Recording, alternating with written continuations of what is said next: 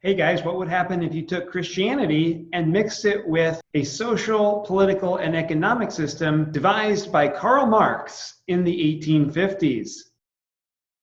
Christian communism. It's called liberation theology. Let's learn about it. Liberation theology is a theology which began to emerge specifically in the 1960s and the 1970s in Latin American countries. Certain liberal Protestants and some liberal Catholics began to wonder if salvation was not individual for the individual human being, but rather collective.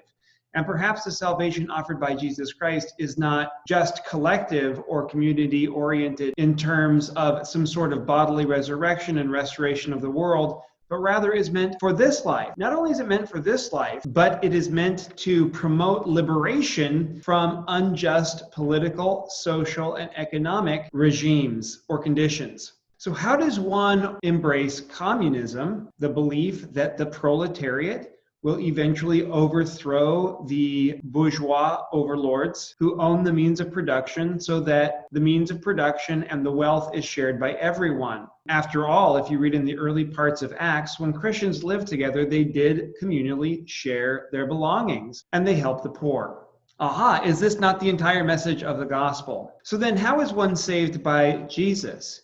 One is inspired by Jesus to join the revolution, to rise up against oppressors, and to conquer not for the individual, but for the entire group. In America, liberation theology hasn't been strongly embraced by too many groups. However, in poorer countries that have been taken to some extent economic advantage of by more wealthy countries or by dictators of various different types, liberation theology has seemed attractive. We're not going to spend much time on it, but you should at least know what it is. So that's all I have for you on liberation theology. Feel free to look into liberation theology more on your own.